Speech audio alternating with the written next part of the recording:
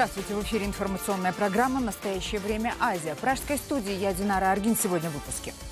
Трагедия под Бишкеком. Грузовой Боинг 747 турецкой авиакомпании ACT упал на жилой поселок недалеко от кыргызской столицы. С места катастрофы репортаж Джибек Бигалиевой. Они спали, потом услышали взрыв. Они спали в той комнате и увидели, что на них вместе с мусором и пылью летит колесо. Он схватил сына и жену и лег на пол. Потом последовал сильный удар.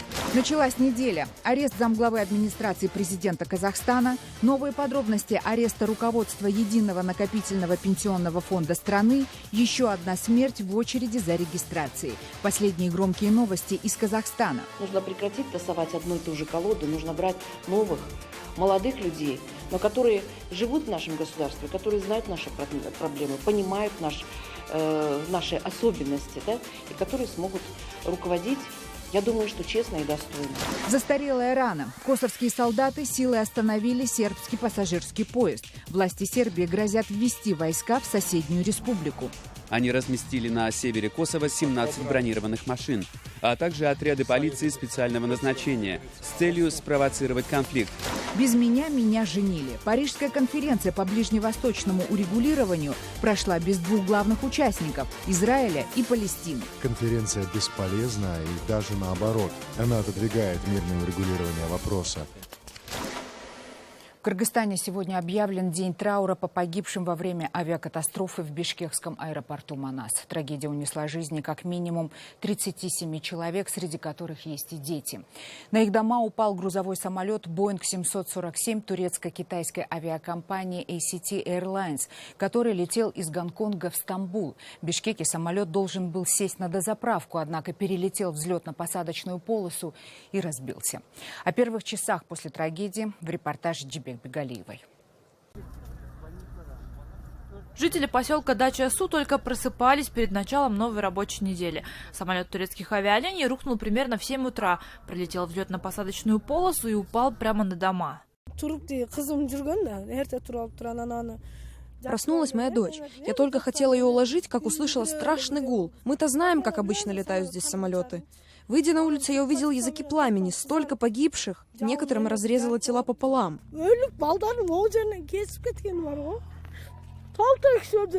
Почти сразу стало известно, погибли все 4 члена экипажа. Это был грузовой Боинг, который выполнял рейсы из Гонконга.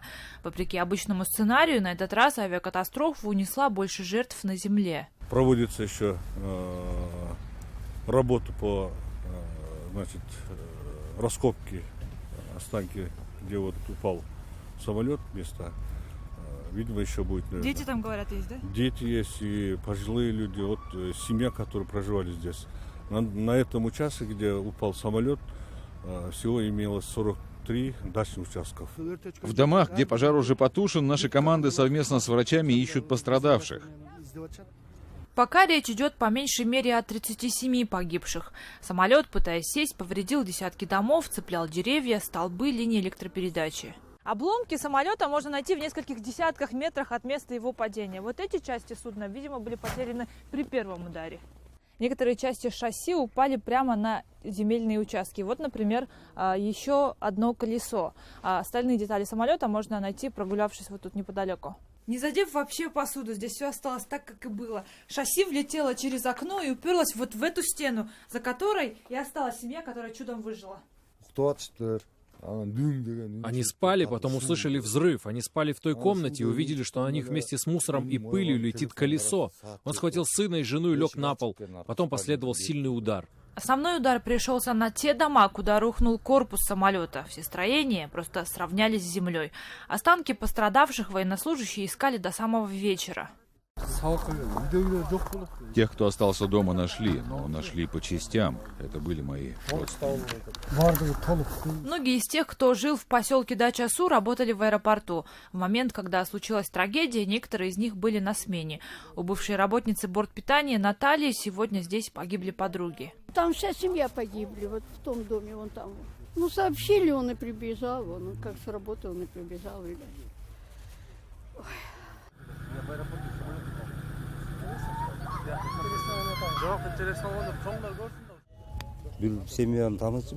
Я знаю семью, в которой выжил только сын, ушедший на учебу. Все остальные погибли.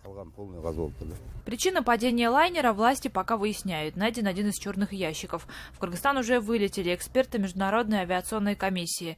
Между тем, СМИ уже опубликовали имена пилотов. Предположительно, это граждане Турции, капитан самолета Ибрагим Диранджи и второй пилот Казым Андул. Как пишут турецкие сайты, главный пилот служил в Афганистане и не раз сажал самолеты в экстренных ситуациях. Одной из вероятных причин аварии СМИ называют сильный туман, который держится в Бишкеке уже третий день.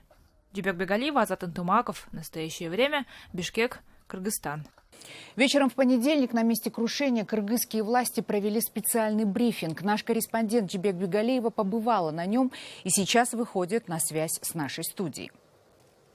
Дюбек, здравствуйте. Какие новые подробности авиакатастрофы обнародованы на данный момент? Здравствуйте, Динара. В эти минуты в Бишкеке завершился брифинг с участием членов правительства, в том числе вице-премьер-министра Кыргызской республики Мухаммедкалыя Булгазиева, где он дал некоторые разъяснения. По его словам, за последние 4 месяца лайнер Boeing 747 не раз успешно заходил на посадку в аэропорту Манас, заправлялся и дальше улетал в Стамбул. При этом никаких происшествий ни разу за это время не было. Самолетом при этом, по словам Абулгазиева, управляли очень опытные члены экипажа. Один из пилотов в 2009 году был удостоен похвалы тогдашнего госсекретаря США Хиллари Клинтон за службу в Афганистане. Перед посадкой на этот раз пилоты, по рассказам Абулгазиева, сообщили о том, что смогут совершить посадку, но в последний момент самолет пропал с радаров. Дюбек, что известно о жертвах трагедии? Кто эти люди? Погибшие – это в основном молодые люди, дети, и в том числе 2 беременные женщины. Тех, кто уцелел, разместили в одной из гостиниц Бишкека. Люди, у которых жилье осталось целым, обеспечены горячей едой, им привозят горожане теплые одеяла, палатки, что-то из еды. В социальных сетях объявлен сбор помощи пострадавшим. Однако, как оказалось, даже в таких ситуациях не все люди могут вести себя адекватно. Сейчас приходят сообщения о том, что мародеры пытаются на месте происшествия унести груз, который вез авиалайнер. Это электрочайники, батарейки и чехлы для мобильных телефонов. В штабе, который специально развернули на месте крушения лайнера, сообщают о том, что будут обеспечивать охрану в место происшествия. Динара. Спасибо, Дюбек. В Алма-Ате в очереди на временную регистрацию скончался еще один человек. Согласно предварительным данным, 52-летний мужчина пришел вместе со своей супругой в Центр обслуживания населения и получил сердечный удар. Напомним, только неделю назад также в очереди на временную регистрацию возле одного из отделений ЦОНа скончался 59-летний мужчина-инвалид. Регистрация по месту временного пребывания является обязательной для всех граждан Казахстана, покинувших место постоянной прописки. Таким образом, власти страны решили бороться с экстремизмом и терроризмом. По мнению казахстанских юристов, принятый закон нарушает права жителей республики. Тем не менее, новые правила вступили в силу 7 января. В центрах обслуживания населения, где необходимо зарегистрироваться, появились многочасовые очереди, в результате которых и скончались 2 человека. Однако казахстанские парламентарии, принявшие закон о временной регистрации, считают, что смерть 2 мужчин в очередях является случайностью, которая могла произойти в любом месте и в любое время. Умер человек. С таким же успехом он мог, наверное, по состоянию здоровья умереть и дома. Вы как депутат, как человек, принявший этот закон, вину за собой не чувствуете? Я буду говорить так. Я вину за собой не чувствую. Единственное, что предприняли власти, это рекомендовали гражданам с хроническими заболеваниями воздержаться от посещения ЦОНов в часы пик. А инвалиды и беременные женщины теперь могут пригласить сотрудников центров на дом. Очередное задержание высокопоставленного чиновника в Казахстане. Это экс-заместитель руководителя администрации президента Баглан Майлыбаев. Вместе с ним задержан еще один сотрудник президентской администрации Николай Галихин. Комитет нацбезопасности подозревает их в разглашении государственных секретов. Как сообщает пресс-служба силового ведомства, суд Астаны выдал санкцию на 2 месяца ареста Майлыбаева и Галихина. По месту жительства подозреваемых проведены обыски, изъяты вещественные доказательства. Баглан Майлыбаев был назначен заместителем руководителя администрации президента Казахстана в октябре 2011 года. 12 января 2017 года он был освобожден от этой должности, и в этот же день его задержали. Это второй арест за неделю казахстанского высокопоставленного чиновника. 10 января был задержан бывший министр национальной экономики Куандык Бишимбаев, которого подозревают в коррупции. Вот как оценил эти события один из депутатов казахстанского парламента. Происходят печальные вещи, о которых мы сейчас говорим. Да, происходит готовность человека изменить свою родину, видимо, за какие-то деньги, хотя родина не продается и не должна продаваться так же, как и мать. Да, поэтому нужно просто во главу всех нас в государстве, нужно прекратить тасовать одну и ту же колоду, нужно брать новых, молодых людей, но которые живут в нашем государстве, которые знают наши проблемы, понимают наши особенности, да, и которые смогут руководить, я думаю, что честно и достойно. Таких людей очень много. А накануне Нового года в Казахстане было арестовано руководство Единого накопительного пенсионного фонда. Но известно об этом стало только в начале 2017-го. Уголовное дело было возбуждено Алматинским департаментом КНБ. В числе арестованных председатель правления фонда и его заместитель. Им предъявлено обвинение по статье «Присвоение и растрата вверенного чужого имущества». Речь идет о приобретении пенсионным фондом ценных бумаг ТОО «Бузгул-Аурум» на сумму 5 миллиардов тенге. Однако в Национальном банке, который курирует работу фонда, подчеркнули, что инвестированные средства не имеют отношения к пенсионным активам. Эту же информацию подтверждают и депутаты парламента. Но это не деньги вкладчиков, это прибыль самого ЕНПФ. Заработано. Это не деньги вкладчиков. Там было четко сказано. А это нарушение, это в любом... Проценты тоже к вкладчикам отношения имеют. Это все, что вкладчики, это сами деньги, инвестиционный доход. Это законом полностью ограждено. И какие-либо движения в этой стороне, они только по решению комиссии, которую возглавляет президент. Всего пару лет назад все пенсионные накопления казахстанцев были переведены из частных пенсионных фондов в единый накопительный пенсионный фонд. Тогда это объяснили неэффективным менеджментом и потерей части накоплений граждан. Однако эффективность государственного менеджмента теперь тоже под сомнением. В начале этого года казахстанцы получили выписки из пенсионного фонда с минусовым инвестиционным доходом и уже практически потеряли надежду на получение каких-либо денег после выхода на пенсию. К единому мнению по поводу использования пенсионных накоплений не могут прийти и депутаты. Одни настаивают на возможности их досрочного использования, другие против возврата денег населению. Когда создавался ЕНПФ, я лично выражал свое мнение на пленарном заседании. По моему мнению, создание этого фонда должно было стать временной мерой. Если у человека не будет выбора и не будет конкуренции, конечно, будет такое беззаконие. Эти средства, они прежде всего заложены для того, чтобы обеспечить надежное будущее после выхода на пенсию граждан. И они имеют целевое направление, поэтому сейчас говорить, что эти средства, как бы их личные накопления, и их надо изымать, это не депозитные суммы, это гарантия на старость. Я считаю, что человек имеет право взять деньги и использовать так, как он считает нужным. Потому что сегодня мы уже сомневаемся в том, что мы эти деньги увидим в конечном итоге после такого бесхозяйственного отношения. Те моменты, которые возможно решить за счет этих денег, нужно решать. Потому что мы не знаем, что нас ждет завтра, и доживем ли мы на самом деле до завтрашнего дня. Конечно, нужно пользоваться своими же деньгами, которые ты отложил. Далее в программе. Застарелая рана. Косовские солдаты силой остановили сербский пассажирский поезд. Власти Сербии грозят ввести войска в соседнюю республику. Они разместили на севере Косово 17 бронированных машин, а также отряды полиции специального назначения с целью спровоцировать конфликт.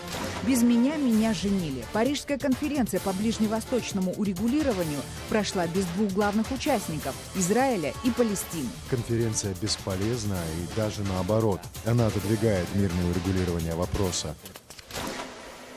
В России проходит церемония прощания с погибшими в катастрофе российского Ту-154. Сегодня похоронили дирижера, руководителя ансамбля Александрова Валерия Халилова и десятки других военных и гражданских лиц, находившихся на борту. Церемония прощания с главой фонда «Справедливая помощь» Елизаветой Глинкой, доктором Лизой, прошла в Успенском соборе Москвы на территории Новодевичьего монастыря. Попрощаться с благотворителем и филантропом пришли десятки человек. Для меня это было таким открытием, что человек может столько души и сердца уделять проблемам совершенно посторонних людей, которые действительно требуют помощи. Она давала, мне кажется, все себя и, в общем, была очень светлым человеком. Она так со всеми этими ребятами, с бомжами, она спокойно, без слюней, без соплей, сдержанно, как врач. И они все просто молились на нее. Она понимала, что делать. И у нее даже не стояла задача создавать систему, она всегда работала сама. Она всегда, вплоть до того, что и бомжей перевязывала, и это. Я ей звонил, то есть мы на постоянном контакте, куча вопросов по онкологии. Она мне отправляла там людей по наркотикам. Она помогала тушить лесные пожары. А благотворительность, она как глубина, а я, вы знаете, подводник, она не любит, она любит тишину. Поэтому говорить, что все, кто пришел, все со своим чувством пришли, с пониманием того, что без этого жизнь становится другой. Напомним, Ту-154 Минобороны России потерпел катастрофу в акватории Черного моря 25 декабря. Это произошло через 2 минуты после взлета из аэропорта Адлер. Самолет летел в Сирию. На борту находились 92 человека. Все они погибли. Причины трагедии до сих пор устанавливаются. К событиям в мире. Белград готов ввести войска в Косово. Это произойдет, если возникнет угроза для местных сербов. Такое заявление сделал президент Сербии Томислав Николич. Ситуация на Балканах обострилась из-за недавнего инцидента с поездом. После 18-летнего перерыва Белград попытался возобновить железнодорожное сообщение с северной частью Косово, населенной преимущественно сербами. В субботу из сербской столицы в город Митровица направился первый состав. Вагоны были украшены национальными символами и надписями «Косово сербское» на 20 языках. В Приштине восприняли это как провокацию. Poslali su 17 blindiranih oklopnih vozila. Они разместили на севере Косово 17 бронированных машин, а также отряды полиции специального назначения с целью спровоцировать конфликт. Начать конфликт в районе, который мы считаем нашей территорией Западных Балкан. Тогда я принял решение, и я им очень горжусь, остановить наш поезд на станции Рашка для того, чтобы спасти жизни наших людей, избежать конфликта и сохранить мир. Власти Сербии также заявили, что этнические албанцы из Косово попытались заминировать пути. Косовские власти это отрицают, но считают, что поезд не имел права въезжать на подконтрольную Приштине территорию. Сербские власти, которые не признают Косово, прохождение своего состава никак не согласовывали. Республика Косово намерена обеспечивать гражданам свободу передвижения и выполнять все соглашения, связанные с правами наших граждан. Но мы не позволим такие провокации, конечная цель которых — вернуть Косово и весь регион в состояние худших лет непредсказуемого конфликта. Бывший сербский автономный край Косово объявил о своей независимости в 2008 году. Сербия по-прежнему считает Косово своей территорией, хотя и вступила при посредничестве ЕС в диалог с косовскими властями. После инцидента с поездом и Белград, и Приштина направили обращение властям США и Евросоюза. Глава европейской дипломатии Федерика Могерини призвала обе стороны к сдержанности и благоразумию. В Киев прибыл вице-президент США Джозеф Байден. Его визит происходит в последние дни на этом посту. Сразу же после приезда Байден вместе с украинским президентом Петром Порошенко провели совместную пресс-конференцию. Вице-президент США выразил надежду, что следующая американская администрация останется сторонницей и партнером Украины для дальнейшего прогресса и пообещал оставаться на связи. Мне, возможно, придется звонить вам раз в 2 недели, чтобы услышать ваш голос. Байден призвал украинцев продолжать бороться с коррупцией, добавив при этом, что Россия использует ее как инструмент давления на Украину и как вид оружия во внешней политике. Руководство страны и народ должны поставить потребности Украины выше каких-то личных интересов. Это касается членов правительства, депутатов Верховной Рады, которые поклялись служить народу Украины, судей, которые взяли на себя ответственность вершить правосудие, представителей СМИ, гражданского общества, рядовых граждан, чья работа требовать ответственности от тех, кто при власти. Но никто не может выполнить тяжелую работу за вас, только украинский народ. Президент Порошенко рассказал Байдену о ситуации в зоне боевых действий. По словам украинского лидера, всего за 3 последних суток позиции украинских военных обстреливали более 250 раз. Во время сегодняшних переговоров мы рассмотрели вопрос агрессии России против Украины. В этом году исполняется 3 года с момента, как Россия развязала настоящую войну против нашего государства. Это война, в которой убиты 10 тысяч украинцев.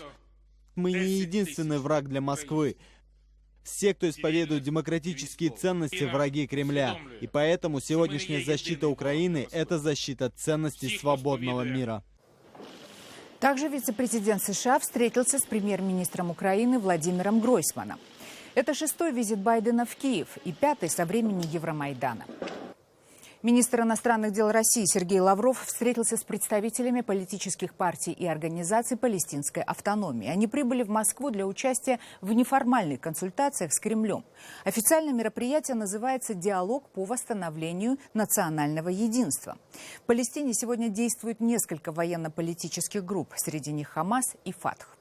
В последнее время встречи руководства МИД России с представителями палестинской автономии стали довольно частыми. Ранее Лавров провел переговоры с генеральным секретарем исполкома Организации освобождения Палестины, где российский министр подтвердил готовность Москвы принять у себя лидеров палестинской автономии и Израиля для проведения прямых переговоров. Эту же цель преследовала прошедшая в Париже международная конференция по мирному урегулированию палестинско-израильского конфликта. Мирить стороны на форум приехали 70 делегатов, все, кроме представителей палестинской автономии и Израиля. Председатель палестинской национальной администрации Махмуд Аббас не смог принять участие в саммите, так как открывал посольство Палестины в Ватикане. Но он поддержал конференцию, назвав ее, цитата, «последним шансом для ближневосточного урегулирования». Премьер-министр Израиля Биньямин Нетаньяху отказался ехать на саммит. В Иерусалиме считают, что эта встреча – попытка международного сообщества навязать свою волю сторонам. Эта конференция бесполезна и даже наоборот. Она отодвигает мирное урегулирование вопроса. Это как семейная консультация, на которой не присутствует ни муж, ни жена, а 75 дипломатов со всего мира пытаются решить комплексный и весьма личный конфликт. Мнение официального Иерусалима поддержали несколько сотен протестующих, собравшихся в воскресенье около израильского посольства в Париже.